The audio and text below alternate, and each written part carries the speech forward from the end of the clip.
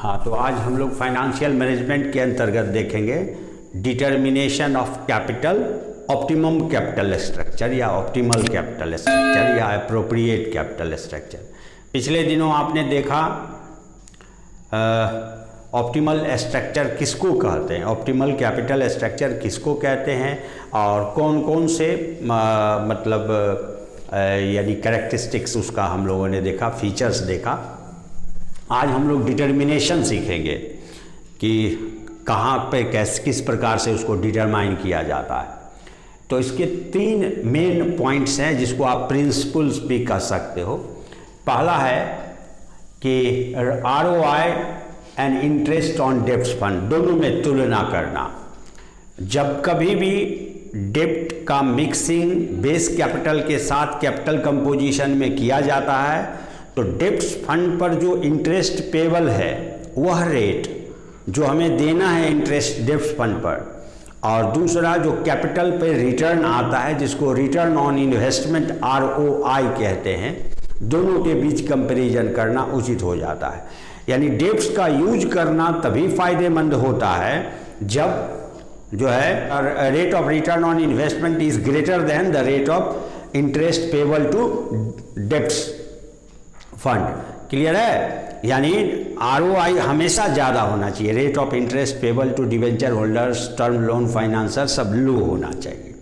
यानी अगर सपोज कीजिए किसी कंपनी का 20% ROI है तो लोन पे दिया जाने वाला जो ब्याज होगा वो हमेशा उससे लोअर रहना चाहिए, तभी डेब्ट मिक्सिंग का फ़ायदा एडवांटेज मिल सकता है। अगर इक्वल है या ज़्यादा है तो उसको इग्नोर करना है, डेब्ट फंड के जगह पे ज़्यादातर ओनर के कैपिटल पे ही रिलाई करना चाहिए ऐसे कंपनी को।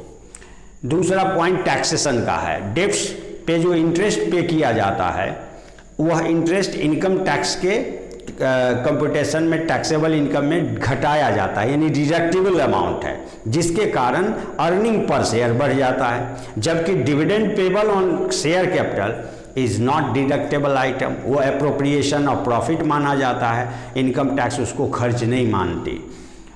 तीसरा पॉइंट आपको देखना है रिस्क, जो सबसे मेन पॉइंट है। मेन तो तीनों ही है। मेन पॉइंट रिस्क 2 प्रकार के होते हैं। जब डेब्ट्स और इक्विटी की मिक्सिंग के बारे में हम कल्पना करते हैं तो 2 तरह के रिस्क पर विचार करना होता है।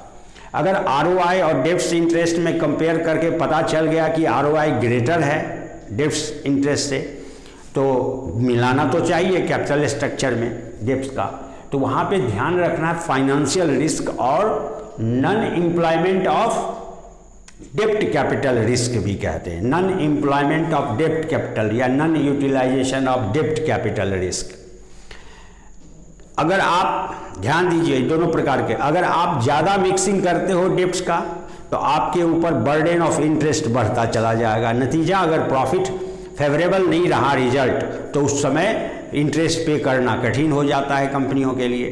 तो अपने प्रॉफिट की स्टेबिलिटी भी देखनी है और फाइनेंशियल रिस्क भी देखना है। फाइनेंशियल रिस्क का मतलब रिस्क ऑफ इंसॉल्वेंसी है, यानी व्हेन अ कंपनी और फर्म इज अनेबल टू पे of its interest burden annually or its debts installment, then it will create financial risk, है ना।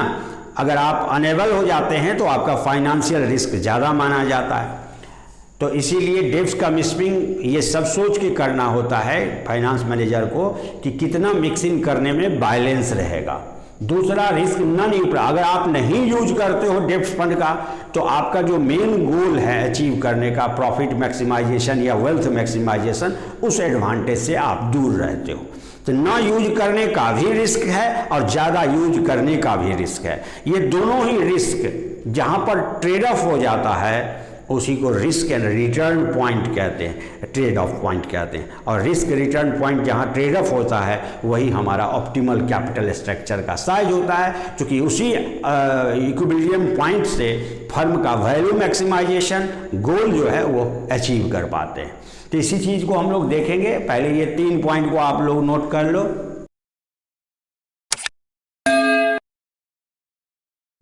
हाँ, तो इसको जो अभी हमने बताया कि 2 प्रकार के रिस्क होते हैं। एक यूज करने पर, अधिक यूज करने पर फाइनेंशियल रिस्क बढ़ जाता है, और दूसरा नहीं यूज करने पर रिटर्न रिस्क बढ़ जाता है। यानी अगर आप यूज़ करते हो तो रिटर्न मैक्सिमाइज होता है, अगर आप यूज़ नहीं करते हो तो रिटर्न कम हो जाता है। तो दोनों ही दृष्टिकोण से देखें तो रिस्क दोनों परिस्थिति में है। यूज अधिक करना भी फाइनेंशियल रिस्क को बढ़ाता है, और नहीं यूज करना प्रॉफिटेबिलिटी कम होने का यानी रिटर्न कम होने का रिस्क बढ़ाता है। तो दोनों ही रिस्क जिस पॉइंट पे इक्वल हो जाता है, जब ग्राफिकली इसको मैं इसके बाद प्रेजेंट करूँगा तो आप गौर करें कि एक रिस्क बढ़ता है तो दूसरा रिस्क घटता है।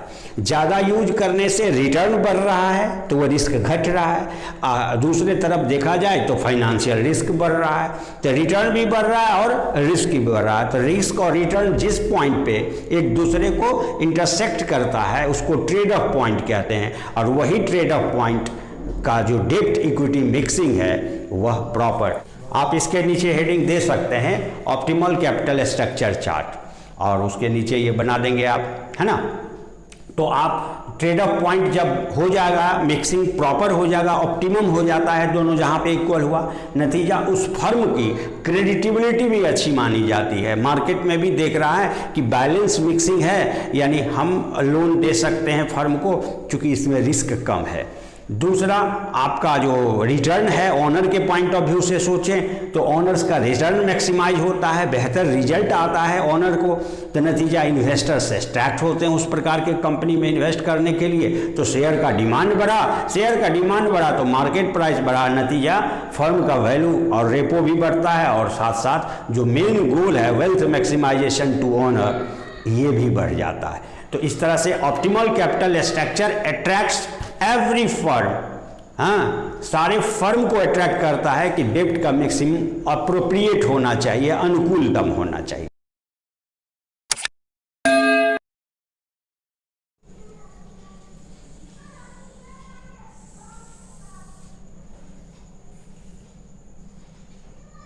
जो वाई एक्सिस है ना, हॉरिजॉन्टल वाला जो लाइन है वो एक्स एक्सिस है, और जो लंबवत रेखा है वो क्या है, वाई एक्सिस है।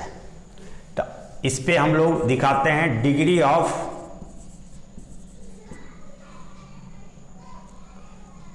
डेब्ट एक इक्विटी मिक्स, डेब्ट इक्विटी मिक्स, और आप लिख सकते हो degree of financial leverage. Equity का मिक्सिंग ही लीवरेज को इंडिकेट करता है। जितना अधिक मिक्सिंग होगा फाइनेंशियल लीवरेज उतना ज़्यादा होगा। वाई एक्सिस पे हम लोग दिखाते हैं रिस्क फैक्टर्स को, डिग्री ऑफ रिस्क कह लो आप, डिग्री ऑफ रिस्क, दोनों ही प्रकार का रिस्क, ना यूज करने का रिस्क, कम यूज करने का रिस्क। ना यूज का मतलब नहीं भी कर सकते हैं, और कम करने आज ज़्यादा करने का भी रिस्क। तो अगर आप गौर करें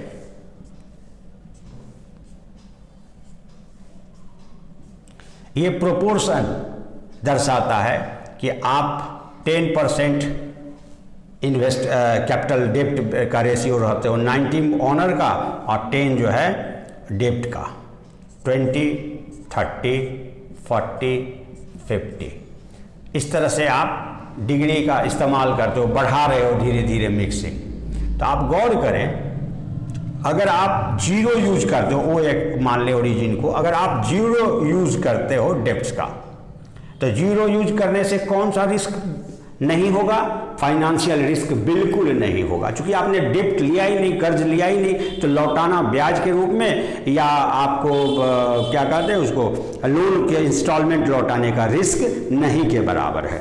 तो जीरो रिस्क कौन सा है, ध्यान रहे, जो फाइनेंशियल रिस्क जीरो हो जाता है।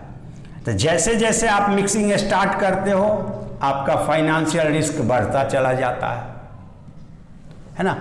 तो फाइनेंशियल रिस्क का अगर हम सारे पॉइंट को मिलाएं तो यूं जाएगा रेखा, है ना। जैसे जैसे लोन का डिग्री बढ़ा वैसे वैसे रिस्क भी बढ़ता चला गया। जस्ट उल्टा देखिए, अगर आप यूज नहीं करते हो तो दूसरा रिस्क बढ़ जाता है। कौन सा? तो नॉन एम्प्लॉयमेंट ऑफ डेब्ट कैपिटल रिस्क, यानी मिक्स करने से जो रिटर्न आपको ज़्यादा मिलता वो डिग्री ऑफ मिक्सिंग पे डिपेंड करता। अगर हाई मिक्सिंग होता है तो हाई रिटर्न होता है। तो आपने मिक्सिंग 0 रखा तो आपका रिस्क कितना बढ़ गया? इतना हो सकता है। ये तो कहीं पे किसी लेवल पे होगा, रिटर्न जितना कम हुआ। अब आप जैसे जैसे मिक्सिंग कराते हो वो रिस्क डाउन होता जाता है। जैसे 0 पे सपोज करो इतना रिस्क है, अगर आप 10% इन्वेस्ट करते हो तो रिस्क थोड़ा डाउन होगा। आप 20% तो और ज़्यादा रिटर्न बढ़ेगा, और ज़्यादा रिटर्न बढ़ेगा, और ज़्यादा रिटर्न बढ़ेगा।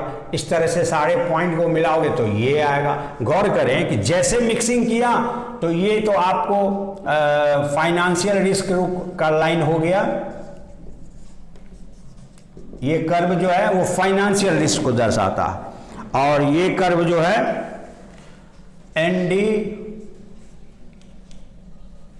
NEDC कह दीजिए, NEDC रिस्क हो गया, नॉन एम्प्लॉयमेंट ऑफ डेब्ट कैपिटल रिस्क। ये फाइनेंशियल रिस्क को दर्शाया। तो अगर आप यूज डेब्ट का बढ़ाते जाते हो तो आपका रिस्क कम होता जाता है और रिटर्न मतलब अधिक होता रहता है। आप अगर यूज ज़्यादा करते हो तो दूसरी ओर आपका फाइनेंशियल रिस्क बढ़ता चला जाता है। चूंकि डेब्ट का अमाउंट बढ़ेगा तो इंटरेस्ट का अमाउंट बढ़ेगा, तो वो बर्डन बढ़ता चला जाता है। अब ये दोनों इस बिंदु पे एक दूसरे को क्रॉस किया, यानी ये जो आपका मिक्सिंग है, इतने फंड का मिक्सिंग जो है आपका आइडियल हुआ। आप इस डिग्री तक अगर इस्तेमाल करते हैं तो आपके फर्म का कैपिटल स्ट्रक्चर एक ऑप्टिमम या आइडियल कैपिटल स्ट्रक्चर माना जाएगा। पूछिए क्यों? तो इससे रिस्क मिनिमाइज होता है। आप ध्यान दें यहाँ पे, तो इतना 10 डिग्री अगर 10% आप इस्तेमाल करते हो डेब्ट फंड का तो इतना रिस्क होता है ना? कौन सा? फाइनेंशियल रिस्क बहुत कम होता है चूंकि कम मात्रा में डेब्ट यूज किए। लेकिन नॉन एम्प्लॉयमेंट का रिस्क बढ़ जाता है, इतना हो जाता है। तो इस दोनों को जोड़ेंगे तो टोटल रिस्क इतना होगा, यानी इतना तो है ही आपका नॉन एम्प्लॉयमेंट का रिस्क, और इतना उसमें ऐड कर दिए तो इससे इतना ऊपर चला गया। उसी तरह आप इधर आए तो देखें, अगर आप 60% इस्तेमाल करते हो तो ये रिस्क हाई हो गया और ये इसके लो है तो यहाँ आएगा। आप यहाँ पे आओ तो जितना ये रिस्क है, दोनों प्रकार का रिस्क इक्वल है तो इतना आएगा। यानी टोटल रिस्क का लाइन देखें तो यूं जाता है, यू शेप में क्रिएट हो जाता है। तो यू का जो आप गौर करें, इसको अगर डाउट से दिखाते हैं तो आपको रिस्क लाइन बड़ा हो जाता है। इधर भी आ जाइए तो रिस्क लाइन ज़्यादा है, और बीच वाला ये जो है जहाँ दोनों एक दूसरे को इंटरसेक्ट किया है वो लाइन जो है, पॉइंट जो है वह मिनिमम रिस्क को शो करता है। तो जहां मिनिमम रिस्क होगा, रिटर्न मैक्सिमाइज होगा, तो फर्म का रेपो या फर्म का रिटर्न अच्छा होने के कारण मार्केट प्राइस ऑफ शेयर बढ़ेगा। मार्केट प्राइस ऑफ शेयर बढ़ने से शेयर होल्डर्स के पास वाले शेयर का वैल्यू बढ़ेगा, यानी वेल्थ मैक्सिमाइजेशन शेयर होल्डर्स का हो जाएगा। यानी हम अपने गोल के ऊपर गोल अटेन कर सकते हैं। तो ये इस तरह से हम कैपिटल स्ट्रक्चर का ग्राफिकली कैसे डिटर्मिनेशन होता है वो समझे। आज के लिए इतना ही, इसको आप नोट कर लें, और आसान है, बिल्कुल आसानी से आप समझ सकते हो, खुद से भी कर सकते हो। Okay, thank you.